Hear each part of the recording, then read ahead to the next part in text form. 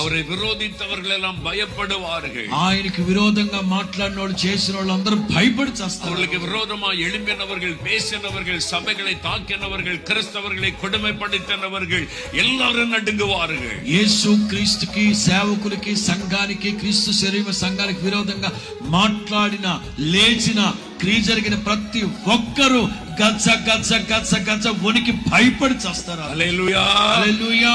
அவர் ராஜாதி ராஜாவாய் வரப்போகிறார். యేసు క్రీస్తు రాజాధి రాజుగా రాబోతున్నారు. హల్లెలూయా, హల్లెలూయా.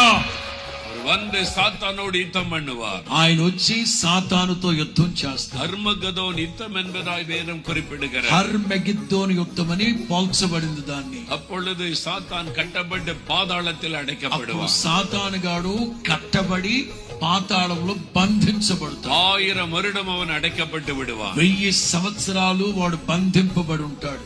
அதன் பிறகு 1000 வருஷம் இயேசு இந்த பூமியில் ஆட்சி பண்ண போகிறார். ఆ 1000 సంవత్సరాలు యేసు క్రీస్తు ఈ భూలోకాన్ని ఏలుబడి చేయబోతా ఉన్నాడు. முழு உலகத்துக்கு ஒரே ராஜாவாக இயேசு இருக்க போகிறார். సర్వ ప్రపంచానికి ఒకే ఒక్క రాజు, చక్రవర్తి. కొట్టు గట్టిగా హల్లెలూయా, యేసు క్రీస్తు ఒక్కడే. హల్లెలూయా, హల్లెలూయా.